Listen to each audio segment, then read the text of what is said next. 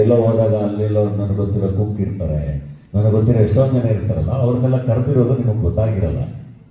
So ಹಂಗಾಗಿ ಎಂಟು ಬಡವ್ರ ಮಕ್ಕಳು ಬೆಳಿಬೇಕು ಕಂಡ್ರೆ ಅಂತ ಹೇಳಿರೋದ್ರದ್ದು ಅರ್ಥ ತುಂಬ ಕ್ಲಿಯರಾಗಿ ಮತ್ತೆ ಎಕ್ಸ್ಪ್ಲೈನ್ ಮಾಡ್ತೀನಿ ಕೇಳಿ. 4 ಜನಕ್ಕೆ ನಮ್ಮ ಜರ್ನಿ ಇನ್ಸ್ಪೈರ್ ಆಗಿ ಅವರು ಬೆಳಿಬೇಕು ಅನ್ನೋ ಕಾರಣಕ್ಕೆ ಹೇಳಿರೋದು. ಅದು ನನಗೇನೋ ಹೆಲ್ಪ್ ಆಗಲಿ ಅನ್ನೋ ಥರ ಹೇಳಿಲ್ಲ. ನಾನು ಕಷ್ಟಪಟ್ಟು ಕೆಲಸ ಮಾಡಿಕೊಂಡೇ ಬೆಳೆದಿರೋದು, ಯಾವುದೋ ಡೈಲಾಗ್ ಹೇಳ್ಕೊಂಡು ಎಲ್ಲ ಬೆಳೆದಿಲ್ಲ. ನನ್ನ ಎಫರ್ಟ್, ನನ್ನ ಆನೆಸ್ಟ್ ಎಫರ್ಟ್ಗಳು ಇಟ್ಕೊಂಡೆ ನಾನು ಹೀರೋ ಆಗಿ, ವಿಲನ್ ಆಗಿ, ಮತ್ತೆ ನಾನೇ ಪ್ರೊಡಕ್ಷನ್ ಮಾಡಿಕೊಂಡು ಎಲ್ಲ ನನ್ನ ಎಫರ್ಟ್ಗಳಿಂದನೇ ಇಲ್ಲಿವರೆಗೂ ಬಂದಿರೋದು, ಮುಂದೆ ಕೂತಿರೋದು ಬಿಟ್ಟರೆ ಯಾವುದೋ ಒಂದು ಸ್ಟೇಟ್ಮೆಂಟ್ ಇಲ್ಲ.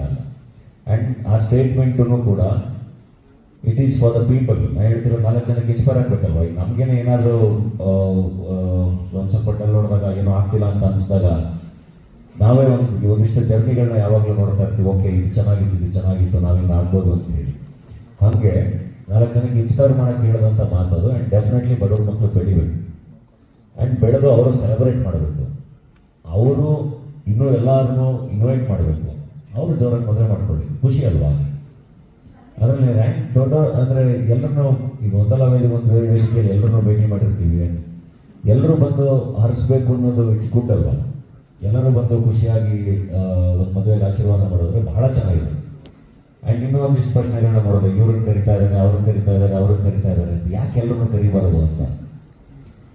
ಯಾಕೆ ಎಲ್ಲರನ್ನೂ ಕರಿಬಾರ್ದು ಅಂತ ಹೇಳ್ತಿರೋದು, ನಾವು ನಮ್ಮ ಯಾರ ಜೊತೆನಾದ್ರೂ ಏನಾದರೂ ಡಿಫ್ರೆನ್ಸಸ್ ಇದ್ರೂ ಅವ್ರನ್ನೂ ಕರಿಬೇಕಲ್ವ. ಒಂದು ಹಳ್ಳಿಲಿ ಅಣ್ಣ ತಂದರಿಗೆ ಕಿತ್ತಾಡ್ಕೊಂಡಿರ್ತಾರೆ, 2-3 ಪಾರ್ಟಿ ಮಾಡ್ಕೊಂಡಿರ್ತಾರೆ, ಏನೇನೋ ಜಗಳಾಡಿರ್ತಾರೆ, ಎಲ್ಲ ಮಾಡಿರ್ತಾರೆ, ಮಾತೇ ಬಿಟ್ಟಿರ್ತಾರೆ. ಒಂದು ಮದುವೆ ಸಮಾರಂಭ ಅಂತ ಬಂದರೆ, ನಮ್ಮ ಮನೇಲೊಂದು ಫಂಕ್ಷನ್ ನಡೀತಾ ಇದೆ, ನಾನು ಹೋಗಿ ಎಲ್ಲರನ್ನೂ ಕರಿಬೇಕು ಅಂತ ಹೋಗಿ ಎಲ್ಲರನ್ನೂ ಕರೀತಾರೆ. ಆ್ಯಂಡ್ ಅವರು ಎಲ್ಲರೂ ಇದು ಮದುವೆ ಸಮಾರಂಭ, ನಮ್ಮ ಅಣ್ಣನ ಮದುವೆ ಆಗ್ತಿದೆ, ನನ್ನ ತಮ್ಮನ ಮದುವೆ ಆಗ್ತದೆ, ನಮ್ಮ ಅಣ್ಣನ ಮಗಳು ಆಗ್ತಾ ಇದೆ, ಇಲ್ಲ ನನ್ನ ಫ್ರೆಂಡ್ ಆಗ್ತಾ ಇದೆ, ಅದು ಏನೇ ಡಿಫ್ರೆನ್ಸಸ್ ಇದ್ರೆ ಎಲ್ಲರೂ ಬಂದ್ಬಿಟ್ಟು ಅವ್ರು ಕರೆದಿದ್ದಾರೆ ಅಂತ ಮದುವೆನ ಅಟೆಂಡ್ ಮಾಡಿ ಹೋಗ್ತಾರೆ. ಸೊ ಈ ಥರದ ಒಂದು ಶುಭ ಸಮಾರಂಭ ಎಲ್ಲರೂ ಸೇರೋಕ್ಕೆ ಒಂದು ಅದ್ಭುತವಾದ ವೇದಿಕೆ ಆದರೆ ಅದರಲ್ಲಿ ತಪ್ಪೈತಿದೆ. ತುಂಬ ಪ್ರೀತಿಯಿಂದ ನಾನು ಎಲ್ಲರನ್ನೂ ಕರೀತಾ ಇದ್ದೀನಿ ಅಂದರೆ ಡೆಫಿನೆಟ್ಲಿ ಅವ್ರನ್ನೂ ಕರೆಯೋ ಪ್ರಯತ್ನ ಮಾಡಿರ್ತೀನಿ. I try to reach him, I don't reach him. So ತುಂಬ ಪ್ರೀತಿಯಿಂದ ಅವ್ರನ್ನೂ ಕೂಡ ಇಲ್ಲೇ ಕರಿತೀನಿ.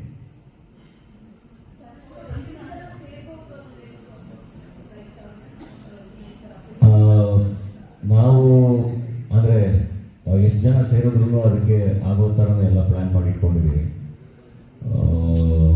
ಅದನ್ನು ನೋಡಿಕೊಂಡು ಅಂದರೆ ಈಗ ಸದ್ಯಕ್ಕೆ ಐ ಥಿಂಕ್ ನಮ್ಮ ಟೀಮ್ ಜೊತೆ ಕುತ್ಕೊಂಡು ಮಾತಾಡಬೇಕು, ಎಷ್ಟು ಜನ ಅವ್ರು ಎಕ್ಸ್ಪೆಕ್ಟ್ ಮಾಡ್ತಿದ್ದಾರೆ ಏನು ಅಂತ ಅದ್ರ ಬಗ್ಗೆ ಸದ್ಯದಲ್ಲೇ ಇನ್ಫಾರ್ಮೇಷನ್ ಕೊಡ್ತೀನಿ.